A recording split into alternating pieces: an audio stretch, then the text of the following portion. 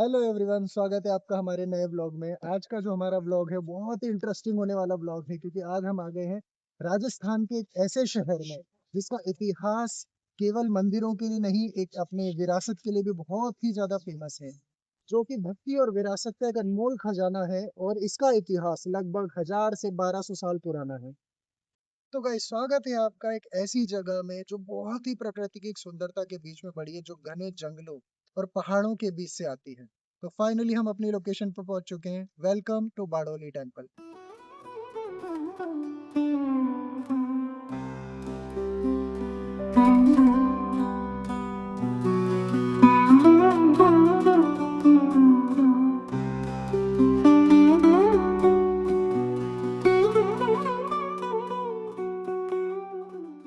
Finally हम पहुंच चुके हैं कोटा से 40 किलोमीटर दूर, हमें चित्तौड़ जिले में लगते हुए रावत भाटा शहर के एक बाडोली टेम्पल में, जिसका इतिहास बहुत ही प्राचीन है और जिसके बारे में बहुत सारी मान्यताएं हैं जो हम अब समझते हैं।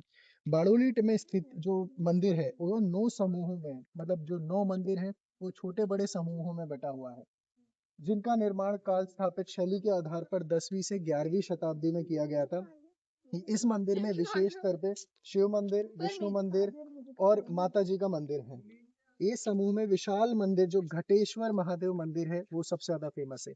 वो क्यों फेमस है? जो घटेश्वर महादेव मंदिर जो नाम रखा गया है, इसका रीजन है कि जो शिवलिंग है उसका जो आकार है वो एक घड़े के स्वरूप में है। चलिए, हम पहुंच चुके हैं बहुत ही प्राचीन मंदिर जिसका इतिहास हम अब आपको बताना चाह रहे हैं। ये मतलब बहुत ही एक मतलब अजूबा वाली चीज मैं आपको बताना चाह रहा हूँ। एक तो चंबल नदी के किनारे ये बसा हुआ है। इसके अलावा ये जो अपना पूरा मंदिर का एरिया है, ये हमने बहुत सारी किताबों में पढ़ा है कि 11वीं से 12वीं शताब्दी में बना था, जिसको शायद 1100 से 1200 साल हो चुके हैं। लेकिन आज भी हमें ये नहीं पता कि इसको उजागर किसने किया था, कौन इसको दुनिया के सामने लाया था। क्योंकि इससे पहले हो सकता है ये उन्हीं मंदिरों या उन्हीं पुरानी चीजों की तरह खो गया हो। इसको बाहर कौन लाया था? एक नाम जो कोटा में खासकर लोग रहते हैं, उन्होंने एक नाम सुना होगा, घोड़े वाले बाबा। ये नाम हमने सुना है। क्या हम जानते हैं घोड़े वाले बाबा थे कौन? प्रसिद्ध इतिहासकार कर्नल जेम्स स्कॉट। जो ये नाम है इसको थोड़ा सा आप ध्यान रखिएगा, क्योंकि जो कोटा में घोड़े वाले बाबा हैं वो वही थे। क्योंकि उनका काम ये था कि राजस्थान की जितनी भी हेरिटेज जगहें थी जो नहीं पता थी लोगों को, उनको उजागर करना। एक तरह से इतिहासकार थे जिनको रुचि थी ऐसी चीजों में जो अभी तक दुनिया के सामने नहीं आई हो। जो घोड़े वाले बाबा सर्किल है जो कोटा में स्थित है, वो भी इसलिए है क्योंकि जब वो ट्रेवल कर रहे थे वहां पे उनके घोड़े की डेथ हो गई, इसलिए उसकी आज भी समाधि घोड़े वाले बाबा के नाम से जानी जाती है। तो दोस्तों, उन्होंने इसको जब साइट को उजागर किया, जब ये मंदिर आए, तो इसको भी दो शैलियों में बांटा बांटा गया है। एक तो नागर शैली है और पंचायत शैली। पंचायत शैली का नाम जिस तरह से हम समझ पा रहे हैं, पंचायत शैली मतलब जहाँ पर पंचायत के तौर पे हम देखते हैं जो एक समूह बनता है उसकी तरह होती है। और जो नागर शैली है उसमें जो मंदिर है उनकी सुंदरता और प्रारूप पे ज्यादा ध्यान दिया जाता है।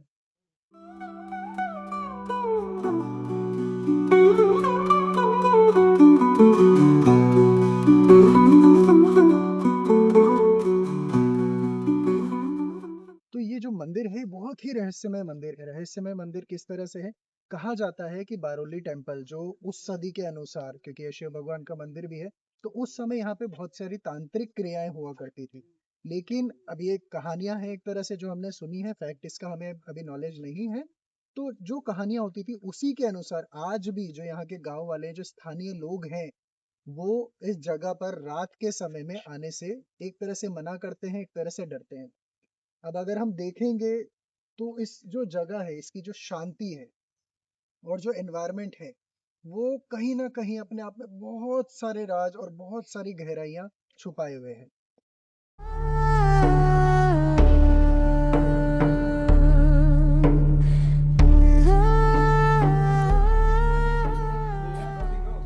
तो अब हम देख रहे हैं नगर शैली के मंदिर। नगर शैली मंदिरों की एक बहुत खासियत है, बहुत एक अच्छी खासियत है। वो इस प्रकार है कि नगर शैली के मंदिर को अगर देखेंगे तो बहुत सारी आकृतियां इन पे बनी हुई हैं, जो बहुत सारे देवताओं की, अप्सराओं की और यहाँ के योद्धाओं की बनी हुई हैं।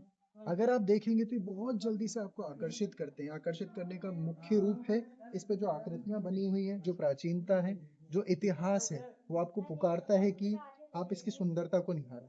इसके अलावा हम ये मंदिर भी देख रहे हैं। हम मैं चाहूंगा एक बार मंदिर को आप अंदर से दिखाएं। क्या खास है इन मंदिरों में और क्या खास है जो अभी तक हमने इन मूर्तियों में देखा है। आपने जो मंदिर देख रहे हैं और जो मूर्तियां देख रहे हैं, क्या विशेषताएं आपको दिख रही है? बहुत सारी मूर्तियां जो हमने यहाँ पर देखी हैं या बहुत सारे जो हमने अभी भी यहाँ पे स्कल्पचर देखे हैं, इसमें हमने एक चीज नोटिस करी है कि बहुत सारी मूर्तियां अभी भी खंडित हैं। खंडित होने का रीजन क्या है? जब उस समय चल रहा था, उस समय के दौरान औरंगजेब की जो सेना यहाँ आई थी, उन्होंने बहुत सारे मंदिरों को, जो यहाँ पर मूर्तियां हैं, उनको खंडित किया है, जिसकी वजह से आज भी हम बहुत सारी कलाकृतियां यहाँ पे देखेंगे, जिन बहुत सारी मूर्तियों के आप देखेंगे धड़ नहीं है, बहुत सारों के हाथ नहीं है।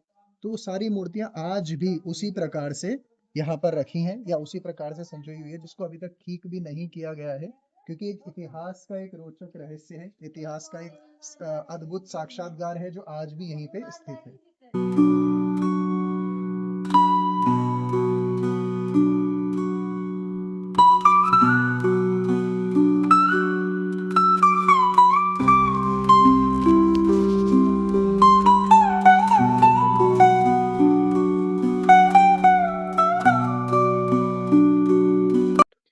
तो गैस फाइनली हम मंदिर तो पहुंच गए, हमने मंदिर भी देखा, काफी खूबसूरत मंदिर है। बट जो चीजें पता है यहाँ आकर जो पता चलती है, देखिए हम बहुत सी बार घर से पढ़कर आते थे कि एक स्क्रिप्ट हमने तैयार की जिसे हम देखेंगे, जिसके बारे में हम बताएंगे, लेकिन यहाँ आने के बाद जो हमें रियलिटी पता चली वो बहुत, मतलब मेरे को लगता है स्क्रिप्ट और पढ़ाई हुई चीजों में बहुत कम है, क्योंकि हम उसे फील नहीं कर पाते हैं।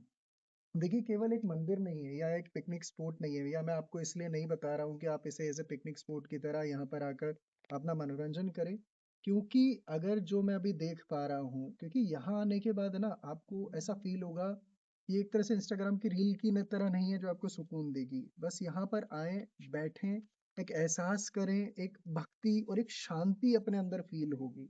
बहुत, मतलब कहने में बहुत छोटी चीज लग रही है, बट जब आप पर्सनली यहाँ आकर बैठेंगे, जैसे हम 10-15 मिनट अभी बैठे, तो जो 10-15 मिनट है वो आपको फील तक नहीं होंगे। रीजन ये है क्योंकि जो अ, आपको यहाँ शांति मिल रही है, जो आपको एहसास मिल रहा है, वो बहुत अनोखा है। जैसे हम देखें छोटी छोटी चीजें जो मैंने यहाँ पर अभी देखी है, जिस तरह से मूर्तियां देखी है, जो फील करेंगे, और इतना बड़ा मंदिर आप खुद सोचे जो उस समय अपने हाथों से बनता था, क्योंकि उस समय इतनी सारी मशीनें नहीं हुआ करती थी, इतना अद्भुत नहीं हुआ करता था, इतनी सारी चीजें, इतने सोर्सेस नहीं होते थे। अभी मैंने इसमें जो देखा, बहुत छोटी छोटी होल से बने हुए हैं जहां पर दीपक रखे हुए हैं, या फिर जो मूर्तियां बनी हुई हैं उसका तरीका क्या है। मतलब मुझे लगता है आप सबको आना चाहिए। आए, घूमने के पर्पज से ना आए, एक भक्ति और एक स्पिरिचुअलिटी को फील करने आए, एक शांति का एक बहुत बहुत अच्छा एक सोर्स है।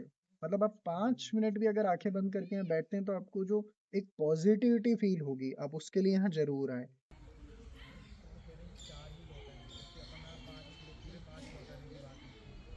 बस यहाँ आकर जाना कि एक जगह अपने अंदर कितना कुछ समेटे हुए है, जो इसकी खूबसूरती है, वो कितने राज अभी भी यहाँ दबाए हुए हैं।